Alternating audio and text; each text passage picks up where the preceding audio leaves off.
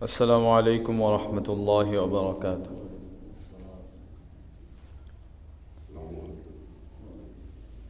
إن الحمد لله نحمده ونستعينه ونستغفره ونؤمن به ونتوكل عليه ونعوذ بالله من شرور أنفسنا ومن سيئات أعمالنا. من يهده الله فلا مضل له ومن يضلله فلا هادي له. ونشهد أن لا إله إلا الله وحده لا شريك له. ونشهد أن سيدنا وسندنا وحبيبنا وحبيب ربنا وطبيبنا وطبيب قلوبنا ومولانا وأولانا وأعلانا وأجلانا وأفضلنا وأكرمنا وقرة أعيننا محمدا عبد الله ورسوله أرسله بالحق بشيرا ونذيرا وداعيا إلى الله بإذنه وسراجا منيرا.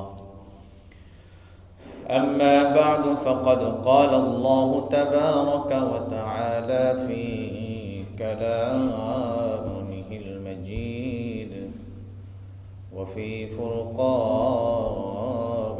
الحميد. أعوذ بالله من الشيطان الرجيم. بسم الله الرحمن الرحيم. ألف لام ميم ذلك الكتاب لا ريب فيه هدى للمتقين الذين يؤمنون بالغيب ويقيمون الصلاة ومما رزقناهم ينفقون. وقال رسول الله صلى الله عليه وسلم لتنتقضن عرى الإسلام عروة عروة فكلما انتقضت عروة تشبث الناس بالتي تليها، أي أن الناس لا يتركون الإسلام مرة واحدة فأولهن نقضا الحكم وآخرهن الصلاة، أو كما قال النبي صلى الله عليه وسلم. وقال تعالى في شأن حبيبه إن الله وملائكته يصلون على النبي يا أيها الذين آمنوا صلوا عليه وسلموا تسليما.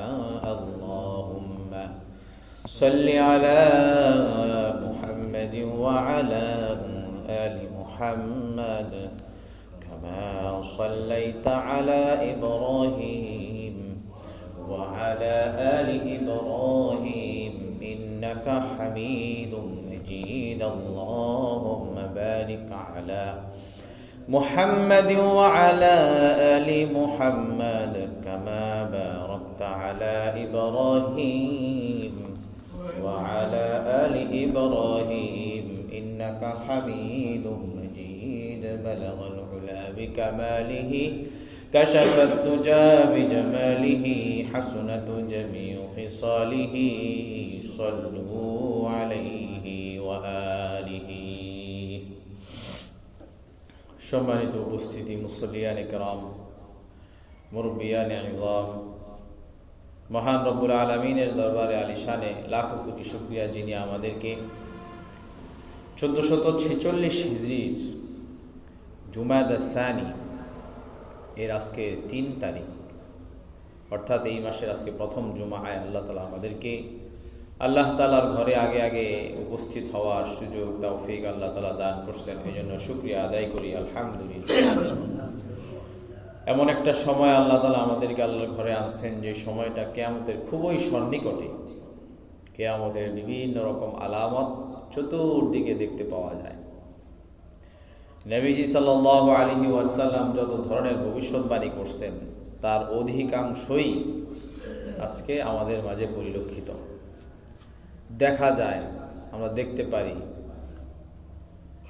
এর মাঝে কিছু কিয়ামতের ভবিষ্যৎবাণীর আলামত আছে যেগুলো মানুষকে খুব আকৃষ্ট করে, অর্থাৎ মানুষ ওই সমস্ত আলামত শুনে খুব পুলকিত হয়, খুব ভালো লাগে শুনতে। সেই সমস্ত আলোচনার মাঝে অন্যতম যে বিষয় সেটা হলো উপমহাদেশে ভবিষ্যতে যে সংগঠিত হবে গজওয়াতুল হিন্দ, অর্থাৎ হিন্দুস্তানের মহাযুদ্ধ। এই যুদ্ধের বিভিন্ন রকম ভবিষ্যৎবাণী আছে। এই ভবিষ্যৎবাণীগুলো শুনলে এর চূড়ান্ত বিষয় হলো যে শেষ পর্যন্ত আল্লাহ তাআলা মুসলিমদেরকে বিজয় দান করবেন। বাকি এর আগে অনেক কোরবানি, ত্যাগ, তিতিক্ষা, কষ্ট, কোরবানি এগুলো মুসলিমদেরকে দিতে হবে, এগুলো স্বীকার তাদের হইতে হবে। আর বিজয়ের ঘোষণাগুলো শুনতে মজা লাগে, কিন্তু আমরা কি কোরবানি করার জন্য প্রস্তুত আছি নাকি? নবীজি বলছিলেন যে রোম এবং পারস্য তোমাদের পদতলে চলে আসবে, তোমরা বিজয়ী হবে। ঠিকই বিজয়ী হয়েছেন, তবে বহুত কোরবানির পরে, বহুত মুসলমানের জান সেখানে কোরবানি করার পরে, বহুত যুদ্ধ বিগ্রহ, যুদ্ধ জিহাদ করার পরে, দীর্ঘ সময় পরে আল্লাহ তাআলা সেই সফলতা মুসলিমদেরকে দান করছেন। এমনকি নবীজি আলাইহিস সালাম অনেক সফলতা দেখে যেতে পারেন নাই। এই জন্য আমরা মূল মেসেজটা নেওয়ার সাথে সাথে নিজেদেরকে প্রস্তুত করব, মানসিকভাবে, শারীরিকভাবে। এই সমস্ত বিজয়ের সুসংবাদগুলো শুনতে খুবই মজা লাগে। কিয়ামতের আলামতগুলো কি কি সেগুলো শুনতে কিছুটা আকর্ষণ তৈরি হয়। দাজ্জালের আগমন, মাহদী আলাইহিস সালামের আগমন, হিন্দুস্তানের বিজয়, এগুলো মানুষকে খুব আকৃষ্ট করে। বক্তাও যেমন বলে, আবার শ্রোতারাও খুব আগ্রহের সাথে শোনে।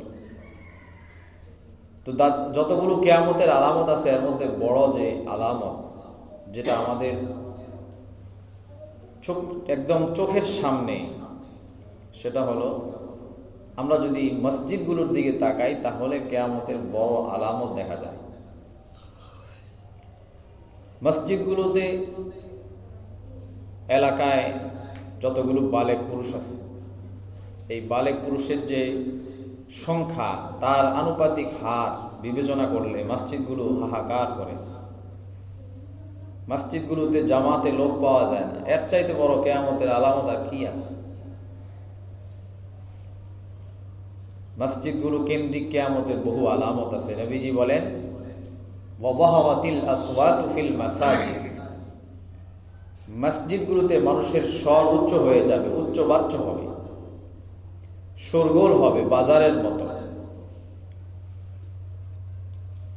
অর্থাৎ দিন ইসলাম সংশ্লিষ্টতা ব্যতীত অন্য কোনো ব্যাপারে, অন্য কোনো স্বার্থে, অন্য কোনো নিয়তে মানুষের মাঝে উচ্চবাচ্য হওয়া, সেখানে আলোচনা করা, এগুলোর কথা বলা হয়েছে। বড় পরিতাপের বিষয়, যেখানে খুতবা চলাকালীন মনোযোগের সাথে শোনার কথা, তখনও কিছু মানুষকে দেখা যায়, বিশেষ করে যারা শেষের কাতারের দিকে থাকে, তারা তখনও গুনগুন করে কথা বলতেছে। এগুলো তো বড় কিয়ামতের আলামত। কিয়ামতের আরো বড় আলামত হলো তাজউইকুল মাসাজিদ, মসজিদগুলো কারুকার্য মণ্ডিত হবে। সুসজ্জিত, অধিকতর সুসজ্জিত কে কত করতে পারে। ইয়াতাবাহান নাসু ফিল মাসাজিদ, মসজিদ নিয়ে মানুষের মাঝে গর্বের প্রতিযোগিতা শুরু হয়ে যায়। মসজিদকে পরিপাটি করা এটা আমাদের জিম্মাদারি, কিন্তু মসজিদকে নিয়ে আমাদের বাংলাদেশে বেশিরভাগ সময় দেখা যায় কোনো একটা মনোমালিন্যতার কারণে ফারাক সৃষ্টি হয়, একটা বড় বিবাদ সৃষ্টি হয়ে যায়। এই বিবাদ থেকে শুরু করে দেখা যায় যে আরেকটা সমাজ গঠন করে, আরেকটা মসজিদ গঠন করে। তাহলে এখানে এটার ভিত্তিটা শুরুই হইল বিবাদ থেকে, একেবারে লিওয়াজহিল্লাহ, আল্লাহ তাআলার জন্য, শরীয়তের জন্য বিষয়টা এরকম হইল না। এই জন্য দেখা যায় আমাদের মসজিদগুলো থেকে বরকত উঠে যায়। বরঞ্চ মসজিদগুলো করা দরকার ছিল মুমিন মুসলমানদের প্রয়োজনকে সামনে রেখে, তাদের জন্য যেন নামাজ পড়তে সুবিধা হয়, তাদের জন্য সংকুলান হয়, এবং এখান থেকে যেন দ্বীন ইসলামের চর্চা হয়, এইগুলোকে কেন্দ্র করে মসজিদগুলো হওয়া দরকার ছিল। কিন্তু ইতিহাস যদি ঘাটা হয় দেখা যায় 10টা মসজিদের ভিতরে 6 থেকে 7টা মসজিদের যে ভিত্তি স্থাপন হয়েছে ঝগড়াঝাটির মাধ্যমে। বড় দুঃখের বিষয়। এটাই কিয়ামতের একটা আলামত যে ইয়াতাবাহান নাসু ফিল মাসাজিদ, মসজিদ নিয়ে মানুষ এই কর্মকাণ্ডগুলো করবে। আরো বড় কিয়ামতের আলামত হলো তাত্তাখিদুল মাসাজিদা তুরুকা, মসজিদগুলো রাস্তার পাশে পড়ে থাকবে, রাস্তা দিয়ে মানুষ চলাচল করবে, কিন্তু মসজিদে আয়েশা জামাতে নামাজ পড়বে না। অর্থাৎ মসজিদগুলোকে রাস্তা বানিয়ে নিবে। মসজিদের সামনে রাস্তা থাকে, পিছনে রাস্তা থাকে, সাইডে রাস্তা থাকে, সেখান দিয়ে হেঁটে চলে যাবে, কিন্তু কোনো জামাতে নামাজে আসবে না। এগুলো হইল কিয়ামতের বড় আলামত।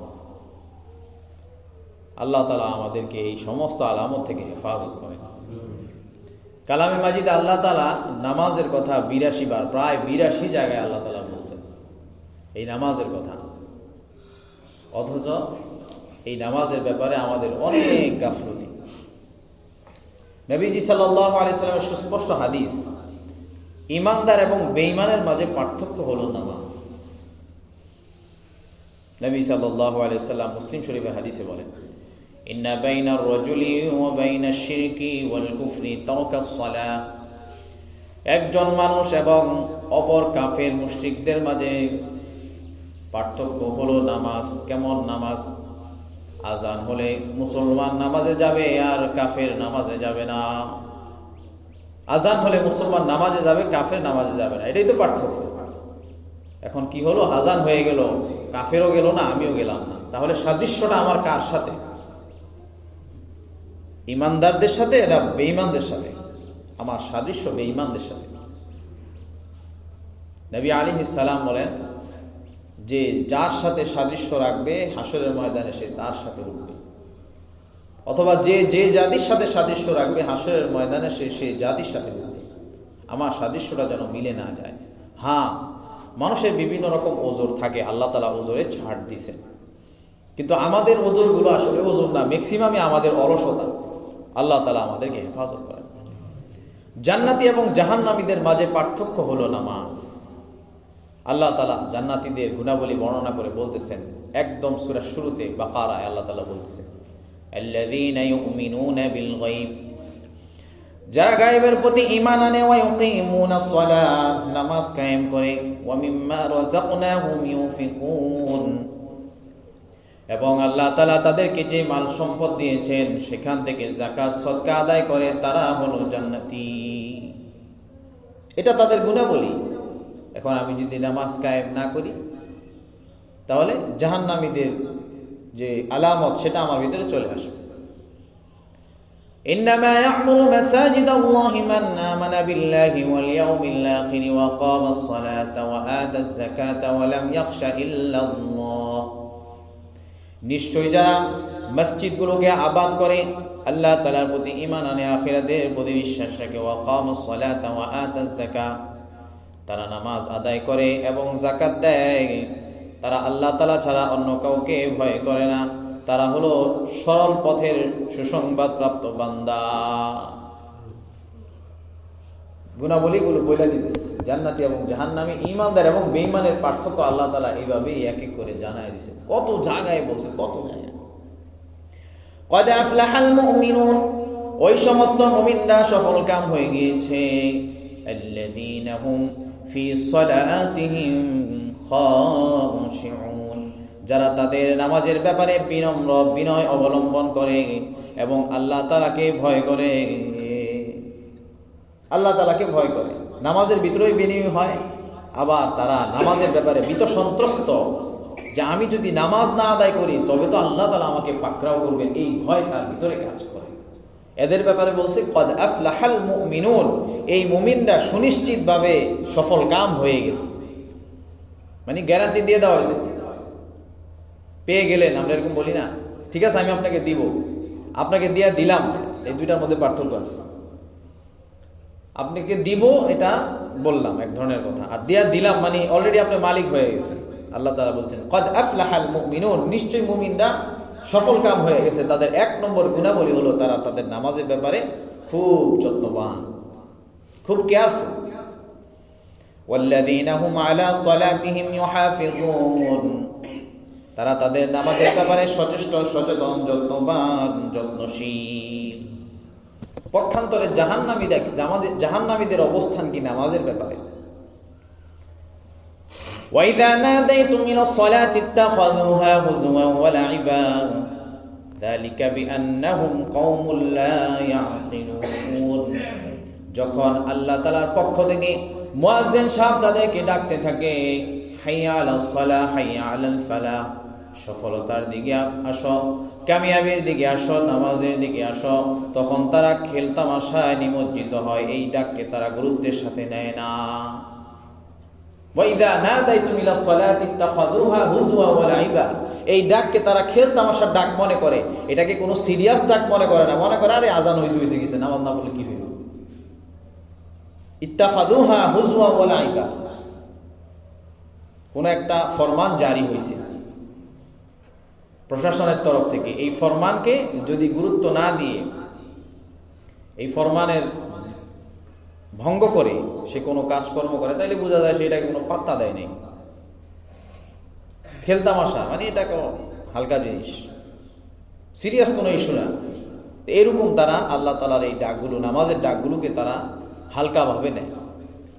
যালিকা বিআন্নাহুম কওমুন লা ইয়াকিলুন, তারা তো এই এমন সম্প্রদায়, তারা তো এই বিষয়গুলো বুঝতেছে না যে এটা কত বড় সিরিয়াস জিনিস। আল্লাহ তাআলা ডাকতেছেন, এটা কোনো হালকা জিনিস না, এটা সিরিয়াস জিনিস। وَإِذَا قِيلَ لَهُمُ ارْكَعُوا لَا يَرْكَعُونَ, জাহান্নামীদের আরো আলামত হলো তাদেরকে যখন বলা হয় রুকুকারীদের সাথে যে একসাথে নামাজ আদায় করো, তারা রুকুকারীদের সাথে নামাজ আদায় করে না। রুকুকারীদের সাথে যায় জামাতবদ্ধ হইয়া নামাজ পড়ো, তাদেরকে ডাকলে এখানে বলা হলে লা ইয়ারকাউন, তারা করে না রুকু, নামাজ আদায় করে না তারা। জাহান্নামীদেরকে হাসরের ময়দানে জাহান্নামে তাদেরকে জিজ্ঞেস করা হবে, মা সালাকাকুম ফি সাকার, সাকার নামক জাহান্নামে তোমরা কেন এলে, কারণটা কি? কি কারণে তোমাদেরকে সাকার নামক জাহান্নামে ফালানো হয়েছে, দেওয়া হয়েছে? ক্বালু, জাহান্নামীরা জবাব দিয়ে বলবে লাম নাকু মিনাল মুসাল্লিন, যেই কারণে আমাদেরকে এই সাকার নামক জাহান্নামে নিয়ে আসা হয়েছে, কারণ হলো আমরা মুসল্লিদের দলভুক্ত ছিলাম না, আমরা মুসল্লি ছিলাম না, নামাজি ছিলাম না। এই জন্য এই জাহান্নামে আজকে আমাদের এই দুর্ভোগ, এই শাস্তি। আফসোস করে তারা এই জবাব দেবে। জাহান্নামীরা তাদের দোষগুলোকে স্বীকার করবে, এইভাবে আফসোস করবে, জিজ্ঞেস করলেই বলবে। পক্ষান্তরে আল্লাহ তাআলা নামাজীদের ব্যাপারে ওয়াদা করেছেন, খামসু সালাওয়াতিন কাতাবাহুন্নাল্লাহু আলাল ইবাদ, 5 ওয়াক্ত নামাজ আল্লাহ তাআলা তার বান্দাদের উপরে ফরজ করে দিয়েছেন। ফামা জাআ বিহিন্না লাম ইউদাইয়্যা মিনহুন্না শাইআ ইস্তিগফাফান বিহাক্কিহিন্না, যে কিনা ওই নামাজকে নিয়ে আল্লাহ তাআলার দরবারে হাজিরা দিবে, এমন অবস্থায় হাজিরা দিবে নামাজের ব্যাপারে কোনো অবহেলা করে নাই, ফরজগুলো তরক করে নাই, ওয়াজিবগুলো তরক করে নাই, সুন্নতের পাবন্দি করেছে। তারা যখন এভাবে সারা দিবে, আল্লাহর দরবারে সাক্ষাৎ করবে, কানা লাহু ইনদাল্লাহি আহদুন আন ইউদখিলাহুল্লাহুল জান্নাহ, আল্লাহ তাআলার কাছে তার জন্য সুনিশ্চিত অঙ্গীকার ওয়াদা হলো, প্রতিশ্রুতি হলো আল্লাহ তাআলা তাকে জান্নাতে প্রবেশ করাবেন। সুনিশ্চিত ওয়াদা, আল্লাহ তাআলার ওয়াদা। ইন্নাল্লাহা লা ইউখলিফুল মিআদ, আল্লাহ তাআলার ওয়াদা কখনোই ভঙ্গ হয় না, তিনি কখনো ওয়াদা ভঙ্গ করেন, যেটা বলেন সেটাই করেন।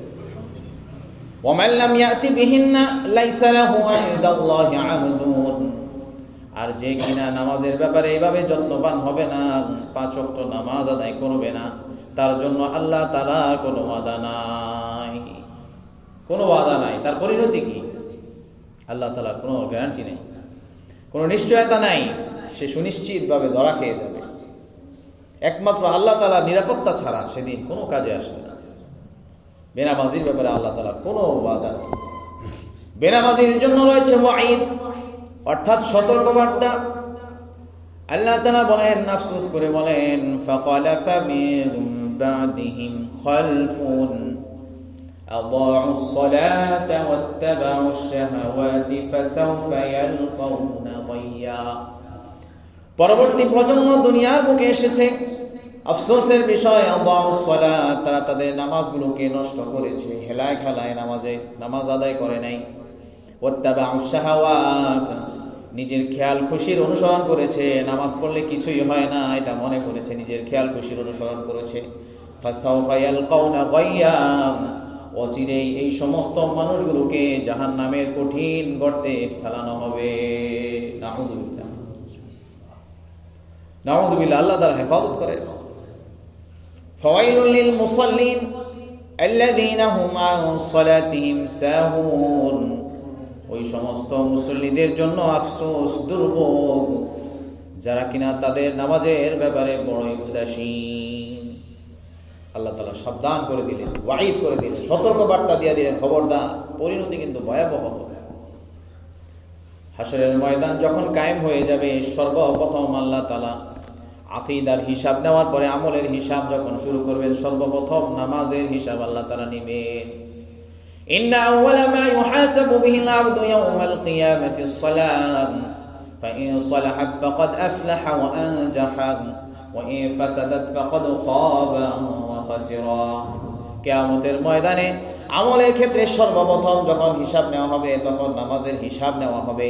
যার নামাজ সুন্দর হয়ে যাবে, নামাজের হিসাব মিটে যাবে, সে সফল কাম হয়ে যাবে, নাজাত প্রাপ্ত হয়ে যাবে। আর যার নামাজ ঠিক থাকবে না, সে ধরা হয়ে যাবে, সে ক্ষতিগ্রস্ত হয়ে যাবে। নামাজ ঠিক, সে সব বাকিগুলো তার ঠিক হয়ে যাবে। তখন কি হবে? তাকে জান্নাতের চাবি তার হাতে তুলে দেওয়া হবে। মিফতাহুল জান্নাতুস সালাত, নামাজ হলো জান্নাতের চাবি, এবং নামাজের চাবি হলো ওযু। নামাজের চাবি ওযু, আর জান্নাতের চাবি হলো নামাজ। হাশরের ময়দানে তাকে নামাজের হিসাব নিয়ে তার হাতে জান্নাতের চাবি তুলে দেওয়া হবে। সুবহানাল্লাহ। দুনিয়াতে বিভিন্ন সময় দেখা যায় বিভিন্ন কারণে মানুষ গাড়ি পায়, বাড়ি পায়, তখন তাকে চাবি দেয়, তাই না? কত আনন্দের ব্যাপার হয় তার জন্য। জান্নাতে যখন চাবি দিয়ে দিও, এই যেন চাবি নিয়ে যাও, কত নম্বর জান্নাত তোমার, ওই যে জান্নাত তোমার, এটা, সে চাবিটা নিয়ে কত আনন্দিত হবে। সুবহানাল্লাহ। দুনিয়ার এই সমস্ত পুরস্কারগুলো দুনিয়ায় থেকে যাবে, কিন্তু আখিরাতে যে জান্নাত পাওয়া যাবে, জান্নাতের চাবিটা হাতে পাওয়া যাবে, কত আনন্দের কারণ হবে। একটা গাড়ি পাইলে 14 গোষ্ঠী নিয়ে আইসা তারপরে তাকে বরণ করে নেয়, গাড়ি পাইছে, চল সবাই যায়, গাড়ি বইরা যায়, অনুষ্ঠানে যায়, আর কি করে, ওই গাড়ির চাবি নিয়ে আসে, আর তারা একটা চাবি বানায় বড় কইরা, দেখায় যে সে চাবি পাইছে। সুবহানাল্লাহ। বান্দাকে নামাজের হিসাব দেখা চাবি দিয়ে দেওয়া হবে। সুবহানাল্লাহ। আল্লাহর কাছে দোয়া করি, আল্লাহ তাআলা যেন আমাদেরকে প্রকৃত নামাজি হয়ে জান্নাতের চাবি নিয়ে খুশি মনে জান্নাতে যাওয়ার তৌফিক দান করেন। নামাজ পড়তে কি খুব কষ্ট? আল্লাহ তাআলা বলেন, বান্দা নামাজ পড়তে কষ্ট হয়। কি কারণে কষ্ট হয়? কত আমারে কি জন্য তোমার কষ্ট হয়? তুমি অসুস্থ, সাল্লি কাইমান, তুমি সুস্থ থাকো তবে তুমি দাঁড়িয়ে নামাজ আদায় করো। ফাইল্লাম তাস্তাতি ফাকাইদান, যদি তুমি অসুস্থ থাকো তবে তুমি মাটিতে বসে নামাজ আদায় করো, আমার কোনো আপত্তি নাই। ফাইল্লাম তাস্তাতি ফালা জাম্বিন, বসতেও তোমার বান্দা কষ্ট হয়, ঠিক আছে, আমি তোমার কষ্টে আমিও ব্যথিত হলাম, আমি তোমাকে ছাড় দিলাম, তুমি শুয়ে নামাজ আদায় করো। শুয়েও যদি না পারো তবে চোখের ইশারায় করো, তাতেও আমি তোমাকে নামাজীদের তালিকায় নাম লিখাইয়া দিব। কত ছাড় দিচ্ছেন! এই ছাড় দেওয়ার পরে তারপরেও যদি আমরা নামাজীদের খাতায় নাম লেখাইতে না পারি তাহলে তো উপায় নেই। তুমি অসুস্থ, তুমি মসজিদে যেতে পারো না, তুমি ঘরে আদায় করো। অলসতা বশত এমনটা করো না, তবে প্রকৃত অর্থে অসুস্থ হলে তুমি ঘরে পড়ো, কোনো অসুবিধা নাই। নবীজি সাল্লাল্লাহু আলাইহি ওয়াসাল্লাম বলেন, ইযা সাফারাল আবদু ইযা মারিদাল আবদু আও সাফারা কুতিবা লাহু কামা কানা মুকিমা। যখন বান্দা অসুস্থ থাকে অথবা সফরে যায়, তখন আল্লাহ তাআলা তার জন্য মহল্লায় থাকাকালীন সে যেমনই ভাবে জামাতের পাবন্দি করত, আল্লাহ তাআলা তার জন্য ওই পাবন্দি নামাজ তার আমলনামায় লিখে দেয়। অসুস্থ, ঠিক আছে, নামাজ পড়তেছে যারা অসুস্থ ব্যক্তি ঘরে পড়তেছে আর মুসল্লিরা জামাতে পড়তেছে, কিন্তু এর তালিকাটা এই জামাতে যারা আছে তাদের তালিকা যখন ফেরেশতারা নেবে বলবো আমার ওই বান্দা তো সব সময় যাইতো, এখন অসুস্থ, নামটাও এখানে লেখা দেয়। সুবহানাল্লাহ। এই কারণে তুমি নামাজ আদায় করতে তোমার কষ্ট হয়, তোমার এলাকায় পানি নাই, তুমি মাটি দিয়ে ওযু করো, মাটি দিয়ে তায়াম্মুম করো, পবিত্রতা অর্জন করে নামাজ আদায় করো, তারপরেও তুমি আমার দরবারে সাড়া দাও। আমি তোমাকে জান্নাত দিতে চাই। বান্দা, আমি তোমাকে কত বড় ছাড় দিয়েছি তুমি জানো নাকি? আমি তো চাইছিলাম তুমি 50 ওয়াক্ত নামাজ প্রতিদিন পড়বে। আল্লাহ কি চাইছিলেন? যে বান্দা 50 বার কি করবে? আমাকে কল দিবে। দুনিয়াতে যার সাথে যার যত বেশি সম্পর্ক তাকে সে তত বেশি কল দেয়, তার সাথে যোগাযোগ করে, দেখা করে, সাক্ষাৎ করে, দোস্ত আসো চা খাই, সকাল বিকাল 3 বেলা 4 বেলা 5 বেলা, ঠিক কিনা? বান্দা, আমি তোমার সাথে সম্পর্ক করতে চাই, 50 বার তুমি আমার সাথে সাক্ষাৎ করবে, এটা আমার চাহিদা ছিল। কিন্তু আমার হাবিব তোমার দুর্বলতার দিকে তাকিয়ে আমার কাছে অনুরোধ করেছেন, কমিয়ে নিয়েছেন, 5 বারের কথা বলেছেন, আমি কবুল করেছি। 5 বার যদি তুমি পড়ো তবে আমি 50 বারের নেকি তোমার আমলনামায় লিখে দিব। কি জন্য তুমি নামাজ পড়বা না বান্দা? কি জন্য পড়বা না? আমি তো তোমাকে ছাড় দিলাম, খালি ছাড়ই দিলাম। কবরে যখন তুমি আসবে, সর্বপ্রথম তোমার কবরে নামাজের পরীক্ষা হবে। ইযা উদখিলাল মাইয়িতুল কবর মুসিলাতিশ শামসু লাহু ইনদা গুরুবিহা ফায়াজলিসু ওয়া ইয়ামসাহু আইনাইহি ফায়াকুলু দাউনি উসাল্লি। একজন নামাজি যখন কবরে যাবে তখন তার সুয়াল জবাবের আগেই আল্লাহ তাআলা তার পরীক্ষা নিয়ে নেবেন। কেমনে পরীক্ষা নেবেন? নামাজি সে যখন স্বাভাবিকভাবে দুনিয়াতে একজন নামাজি মানুষ যখন সকালবেলা ঘুম থেকে উঠেই তার আগে সর্বপ্রথম নামাজের কথা মনে হয়, আরে ফজরের নামাজ নাকি। এই জন্য নামাজিরা যখন দুপুরবেলা ঘুমায় তখন ঘুম থেকে উঠলেও তার মাথায় নামাজের কথা আসে, কিন্তু কোন ওয়াক্ত এটা বুঝতে একটু সময় লাগে, এটা নামাজিরা বলতে পারবে, ঠিক কিনা? ঘুমাইছে কোন ওয়াক্ত বুঝা যাইতেছে না, আলো যদি একটু কম থাকে ঘরে, সে একটু কনফিউশনে পড়ে যায়, আরে ঘুমাইলাম কি, রাত্রে ঘুমাইলাম না কিসের ঘুমাইলাম। তার মানে সবার আগে কি আসে? নামাজের কথা আসে। আর বেনামাজির কি আসে? দুনিয়াদারির বিভিন্ন জিনিস আসে। ঘুম থেকে উঠে আমি নামাজি হইতে পারছি কিনা, আল্লাহর দরবারে কবুল হয়েছে কিনা, এটা একটা লিটমাস পেপার, কষ্টি পাথর, যে আমি ঘুম থেকে উঠার পর সর্বপ্রথম আমার কিসের ব্যাপারে আশঙ্কা তৈরি হয়। এই নামাজের ওয়াক্ত চলে গেল কিনা, ঘড়ির দিকে তাকায়, আগে নামাজের কথা মনে করে। মুসিলাতিশ শামসু লাহু ইনদা গুরুবিহা, কবরে আল্লাহ তাআলা তার জন্য একটা এনভায়রনমেন্ট তৈরি করবেন, সেই যেন ঘুম থেকে উঠলো, সেই যেন দুনিয়াতেই আছে, তার জন্য সূর্য ডুবে যায় অথবা সূর্য উদিত হয়, এমন একটা ভাব আল্লাহ তাআলা তৈরি করবেন। বান্দা উঠবে, ফায়াজলিসু ওয়া ইয়ামসাহু আইনাইহি, বান্দা উঠে চোখটা ডলা দিয়ে বলবে দাউনি উসাল্লি। এই তোমরা কারা? আমরা নামাজের সময় চলে যাচ্ছে, আমি আগে নামাজটা পড়ে নিই। সে তো ফেরেশতাদেরকে দেখে চিনবে না। যখন সে এমনটা বলবে, আসমান থেকে ঘোষণা দেওয়া হবে, ফায়ুনাদি মুনাদিম মিনাস সামা আন্নাহু ক্বাদ সাদাকা। আসমান থেকে ঘোষণা দিয়ে বলা হবে, আমার বান্দা সত্য বলেছে, ফালবিসুহু মিনাল জান্নাহ ওয়া আফরিশুহু মিনাল জান্নাহ। তাকে কোনো কষ্ট করার কোনো প্রয়োজন নাই, জান্নাতের পোশাক, জান্নাতি বিছানা, জান্নাতের দরজা জানালাগুলো তার জন্য খুলে দাও। কোনো দরকার নাই তার আর কিছু জিজ্ঞেস করার। তার জন্য জান্নাতি পোশাক পরায় দাও, জান্নাতি বিছানা বিছায়া দাও, জান্নাতের দরজা জানালাগুলো খুলে দাও। নবীজি বলেন যে জান্নাতের যখন এই বিষয়গুলো তার জন্য বরাদ্দ হয়ে যাবে, তখন সে শান্তির ঘুম ঘুমাবে, জান্নাতের গ্রাম, জান্নাতের বাতাস তার কবরে প্রবাহমান হইতে থাকবে। সুবহানাল্লাহ। আমি আপনি কি চাই না যে কবরে গেলে যেন আমার এই পরিবেশ, আমাকে জিজ্ঞেস করার আগেই যেন আমি পরীক্ষা পাশ করে ফেলাই। আল্লাহ তাআলা যেন আমাদেরকে কবরে এই পরীক্ষা একজন নামাজের মতো পরীক্ষা দেওয়ার তৌফিক দান করেন, সকলে বলে আমিন। হাসরের ময়দানে এইভাবে পরীক্ষা হবে। হাসরের ময়দানে যখন সমস্ত বান্দাদেরকে উঠানো হবে, আল্লাহ তাআলা তার আরশ নিয়ে সমাসীন হবেন সবার সামনে, তখন আল্লাহ তাআলা তাদের সামনে নিজের পায়ের গোছাকে বের করে দিবেন। সূরা কালামের মধ্যে আল্লাহ তাআলা এই কথা তুলে ধরছেন। ফাখালাফা মিন বা'দিহিম, তখন তাদেরকে আল্লাহ তাআলা বলেন ইয়াউমা ইউকশাফু আন সাকিন ওয়া ইয়াদাউনা ইলা সুজুদি ফালা ইস্তাতিউন। যারা নামাজি ছিল তারা আল্লাহ তাআলার পায়ের গোছা দেখে সিজদায় পড়ে যাবে, আর যারা বেনামাজি তাদেরকে ডাকা হবে, তারপরেও তারা সিজদা দিতে পারবে না।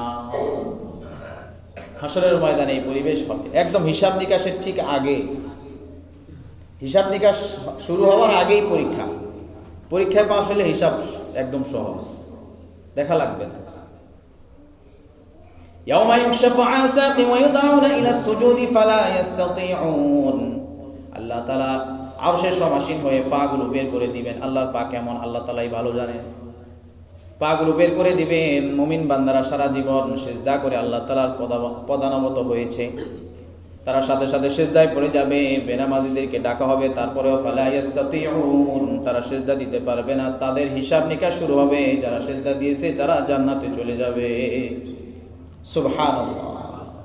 আল্লাহ তাআলা যেন হাসরের ময়দানের ওই পরীক্ষাও যেন আমাদেরকে নামাজিদের মতো পরীক্ষা পাশ করার তৌফিক আল্লাহ তাআলা দান করে। দোয়া তো করলাম, কাজ করতে হবে না? নামাজ ঠিক মতো আদায় করতে হবে। যারা নামাজ আদায় করবে তারাই সফল কাম হবে। আর আল্লাহ তাআলা যেন আমাদেরকে সফল কাম হওয়ার সর্বপ্রথম যে গুণাবলী 5 ওয়াক্ত নামাজের পাবন্দি করা, এটা করার তৌফিক দান করেন বলি আমিন। এভাবে আল্লাহ তাআলা পরীক্ষা নেবেন। নামাজকে এত সহজ করে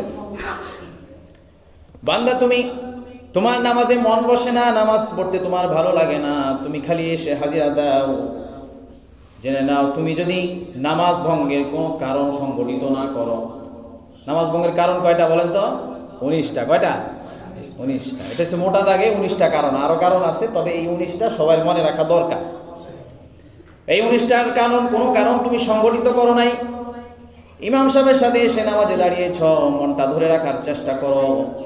যদি মনটা ধরে রাখতে চেষ্টা করার পরেও না থাকে, তারপরেও জেনে রাখো আমি আল্লাহ তাআলা হলাম আলিমুম বিযাতিস সুদূর। কোন ফেরেশতাকে অন্তরের খবর জানার সুযোগ আমি দেই নাই, কোন মানুষকে দেই নাই, কোন নবীকে দেই নাই, কাউকে আমি দেই নাই। আমি জানি তোমার অন্তরের খবর কি। তুমি রুকু সিজদা করেছো, ফেরেশতারা তালিকা নেওয়ার জন্য এসেছে। সে হলো সুপারভাইজার, এই মসজিদের সুপারভাইজার। কে কে নামাজে এসেছে তালিকা নিয়ে যাবে। ও বান্দা, তোমার অন্তরের খবর সে জানে না। তুমি এসে নামাজ পড়েছো, সে নামাজীদের তালিকায় তোমার নাম লিখে আমার আসমানে নিয়ে আসবে। মন বসে না, কয়জনের মন বসে? নামাজে কয়জনের মন বসে? হিসাব নিলে তো লজ্জিত হইতে হবে, ঠিক কিনা বলেন? সালাম ফিরাইলে মনে হয় আরে আছে নামাজ পড়তেছি। এটা তো ভালো লক্ষণ না, এটা হচ্ছে খারাপ লক্ষণ। কিন্তু তারপরে আল্লাহ তাআলা কি বলে দেখেন। নবী করিম সাল্লাল্লাহু আলাইহি সাল্লাম হাদিসে বলেন, একজন বান্দা যখন নামাজ আদায় করে, তখন সে যখন নামাজ শেষ করে, নামাজ ভঙ্গের কোনো কারণ তার দ্বারা সংগঠিত হয় নাই, তখন আল্লাহ তাআলা ওয়ামা কুতিবা লাহু ইল্লা উশরু সালাতিহি, তার মনোযোগিতার উপর ভিত্তি করে, তার একাগ্রতার উপর ভিত্তি করে আল্লাহ 10 ভাগের 1 ভাগ তার আমলনামায় লিখে দেয়। একটা নামাজ কমপ্লিট, নামাজের যতগুলো নেকি তার 10 ভাগের 1 ভাগ তার আমলনামায় লিখে দেয়। এমন না যে তার নামাজ নষ্ট হয়ে গেছে। যদি সেটাও না হয়, অথবা 9 ভাগের 1 ভাগ আল্লাহ তাআলা লিখে দেয় যদি আরেকটু ভালো নামাজি হয়। যদি আরেকটু ভালো নামাজি হয় তবে 8 ভাগ করে 1 ভাগ দিয়ে দেয়। অথবা 7 ভাগ করে 1 ভাগ দিয়ে দেয়। আরেকটু ভালো নামাজি হলে সুদুসুহা, আরেকটু ভালো নামাজি হলে 5 ভাগের 1 ভাগ, আরেকটু ভালো নামাজি হলে রুবুহা, আরেকটু ভালো নামাজি হলে সুলুসুহা, আরেকটু ভালো নামাজি হলে অর্ধেক লিখে দেয়। আর যদি সে পূর্ণাঙ্গ নামাজি হয়, মনোযোগের সাথে নামাজ আদায় করে, তবে তাকে পুরা নেকিটাই তার জন্য লিখে দেয়। সুবহানাল্লাহ। তার মানে কাউকে আল্লাহ তাআলা কি করবে না, আল্লাহর ঘরে আসলে বঞ্চিত করবে না। আমাদের অনেকের ভিতরে এই ধোঁকাটা আছে যে নামাজ পড়ি কোনো মজা পাই না। আল্লাহ বলে তুমি আসো, তুমি নামাজের মতো রুকু করো, নামাজের মতো দাঁড়াও, নামাজের মতো সিজদা করো, সবই করো, মনটাকে কন্ট্রোল করার চেষ্টা করো, আমি তোমাকে বঞ্চিত করব না। নবী করিম সাল্লাল্লাহু আলাইহি সাল্লামের হাদিসে এসেছে আল্লাহ তাআলা হাসরের ময়দানে বান্দাকে ডেকে নিয়ে তাকে আড়ালে ঢেকে দিবেন, পর্দার আড়ালে নিয়ে যাবেন। ফাআলতু কাযা ফি ইয়াউমি কাযা ওয়া কাযা, তাকে বলা হবে, গুনাহ দেখিয়ে বলা হবে, বান্দা তুমি এই গুনাহ করেছিলে গোপনে গোপনে, আমি সব দেখেছি, এই যে দেখো। বান্দা বলবে ইয়া রাব্বি ইয়া রাব্বি নাম, ও আল্লাহ আমি করেছি, লজ্জিত হবে। এভাবে একে একে গুনাহ দেখাতে থাকবে, হাত্তা ইযা qarrahu বিযুনুবিহি, একে একে গুনাহ দেখতে দেখতে বান্দা পেরেশান হয়ে যাবে। বান্দা মনে করবে আমার জন্য তো জাহান্নাম সুনিশ্চিত হয়ে গেল। আল্লাহ তাআলা বলবেন আমি আল্লাহ রাব্বুল আলামিন হুজিবাতিন, আমি সেটাকে দুনিয়ার জমিনে ঢেকে রেখেছিলাম।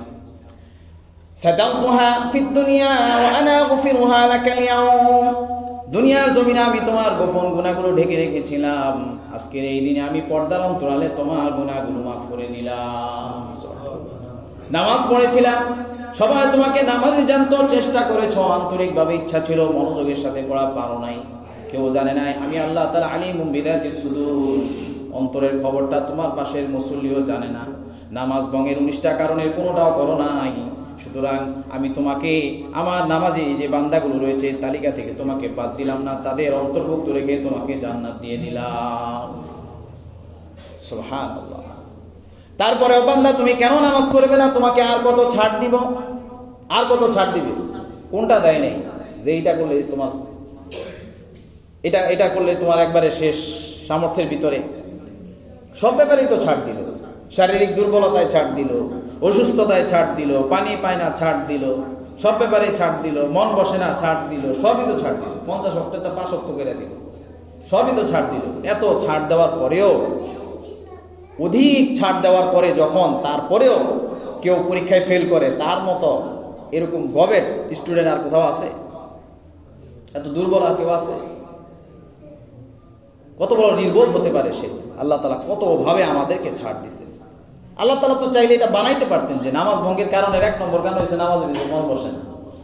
অথচ দেখেন এত বড় একটা জিনিস, দুনিয়াতে একটা মানুষের সাথে একটু অমনোযোগী হইলে একটা মানুষ কথা বলতেছে, যেমন আমি কথা বলতেছি, এখন আপনারা যারা অমনোযোগী তাদের কাছে কি আমার, তাদের দিকে তাকায় কি আমার ভালো লাগতেছে না, কিন্তু এটাই তো স্বাভাবিক। কিন্তু আল্লাহ তাআলা বলে বান্দা আমার দরবারে আসতো, অমনোযোগীতে আছে, তারপরে আমি তোমারে ছাড় দিলাম, আসছো এতটুকুতে আমি খুশি, চেষ্টা করো মন বসানো, তারপর মন বসে না আমি ছাড় দিব, এখন চেষ্টাই নাই। মন বসানো, নামাজে মন বসানোর চেষ্টা না করলে না আরো দিন দিন নামাজের কোয়ালিটি কমে যায়, মান কমে যায়, শয়তান আস্তে আস্তে মনকে গ্রাস করে নেয়। চেষ্টা থাকতে হবে, চেষ্টা চালাইতে হবে, আল্লাহর কাছে চাইতে হবে। আল্লাহ নামাজে মন বসে না, নামাজে সালাম ফিরাইলাম আস্তাগফিরুল্লাহ আস্তাগফিরুল্লাহ, কি নামাজ পড়লো এত তো মনে বসলো না। আল্লাহ নামাজে মনোযোগিতার সাথে নামাজ পড়ার তৌফিক আল্লাহ দান করেন। শারীরিক নামাজি হইতে পারছি, আন্তরিক নামাজি হওয়ার তৌফিক দান করেন। শারীরিকভাবে নামাজ আমরা রুকু সিজদা করছি, কিন্তু আমার মনটা তো আমার সাথে রুকু সিজদা করে নাই। যদি দুইটার কম্বিনেশন হয়ে যায় তাহলে আমি একজন কামেল মুসল্লি হইতে পারবো। তখন আল্লাহ তাআলা তাকে মুকাম্মিলা, তাকে পূর্ণাঙ্গ নামাজে নেকি আল্লাহ তাআলা দান করে দেবেন। এত ছাড় দেওয়ার পরেও, আচ্ছা বলেন তো, এত ছাড় দেওয়ার পরে আমাদের কি নামাজ ছাড়া উচিত? কোনোভাবেই উচিত না, কোনোভাবেই উচিত না। আচ্ছা আল্লাহ তাআলাকে এই শর্ত দিয়েছেন যে আমাকে পাইতে হইলে শীতের রাতে গরম পানি দিয়ে কিন্তু উযু করা যায়, শীতের পানি দিয়ে ঠান্ডা দিয়েই উযু করতে হবে। আছে না অনেক ধর্মে এরকম যে সহজ একটা জিনিসটা কঠিন বানায় দেয়। সাধনা করতে হইলে তুমি কি করবা না, মাছ গোস্ত খাইতে পারবা। আল্লাহকে পাইতে হইলে মাছ গোস্ত খাইতে পারবা না। আল্লাহকে পাইতে হইলে তুমি বিয়ে করতে পারবা না। মানে আনন্দ উপভোগের যে মাধ্যমগুলো আছে সব তোমার বিসর্জন দিতে হবে। আল্লাহ তাআলা বলেন যে না, আমাকে পাইতে হইলে এগুলো কিছুই বিসর্জন দিতে হবে না। আমার দেওয়া ফর্মুলা, আমার দেওয়া মডেল অনুসরণ করলে বিয়ে করলেও তুমি জান্নাতে যেতে পারবে, নেকি অর্জন করতে পারবা। এমনকি তুমি তোমার বিবির মুখে যখন লোকমা তুলে দাও মহব্বত ভালোবাসায়, এটার জন্য আমি তোমার জন্য নেকি বরাদ্দ করে দেব। শুধু তা না, এক সাহাবী এসে আশ্চর্য হয়ে জিজ্ঞেস করছে, ইয়া রাসূলুল্লাহ, স্বামী স্ত্রীর অন্তরঙ্গ সময়ের জন্য কি নেকি দেওয়া হবে? বলছে জিনা করলে হইতো না, গুনাহ হইতো না? গুনাহ হইতো তো, কিন্তু এর বিপরীত, গুনার বিপরীত হচ্ছে নেকি, গুনার বিপরীত নেকি, তুমি সেটা করলে তোমার জন্য নেকি লেখা হবে। সুবহানাল্লাহ, চিন্তা করুন আল্লাহ তাআলা কত সহজ করছেন। এই জন্য বলছে আল ইসলামু দীনুল ফিতরা, ইসলাম আসছে মানুষের প্রয়োজন অনুপাতে। তোমার যেটা প্রয়োজন 23 বছরের জিন্দিগি আল্লাহ হাবিব সাল্লাল্লাহু আলাইহি সাল্লাম প্রত্যেকটা প্রয়োজন অনুপাতে এই ইসলামকে পূর্ণাঙ্গতা দিয়েছেন। কখনো একটা বিধান আসছে একটু কঠিন মনে হয়েছে, আল্লাহ তাআলা সেটাকে একটু সহজ করে দিয়েছেন। সহজ করতে করতে একদম সহজ সুন্দর একটা কমপ্লিট প্যাকেজ, যেটা একদম কিয়ামত পর্যন্ত চলবে, সেই রকম একটা ফর্মুলা আল্লাহ হাবিব সাল্লাল্লাহু আলাইহি সাল্লাম 1500 বছর পূর্বে আমাদেরকে দিয়ে গেছেন। এখন আমরা যদি এই ফর্মুলা, এত সহজ ফর্মুলায় না চলি, তাহলে আমাদের মতো এত হতভাগা আর কেউ নাই। এই জন্য আমরা সকলে নিয়ত করি যে আমরা আল্লাহ রাব্বুল আলামিনের দেওয়া ইসলামের ফর্মুলা অনুযায়ী নিজের জিন্দেগি করব, সমাজ করব এবং রাষ্ট্র গঠনের জন্য আমরা আওয়াজ উঠাবো, দাওয়াত পৌঁছাবো। আল্লাহ তাআলা আমাদের সকলকে তৌফিক দান করেন। ওয়া আখিরু দাওয়ানা আলহামদুলিল্লাহি রাব্বিল আলামিন। যারা নামাজ আদায় করেন সুন্নাত, তারা সুন্নাত আদায় করেন।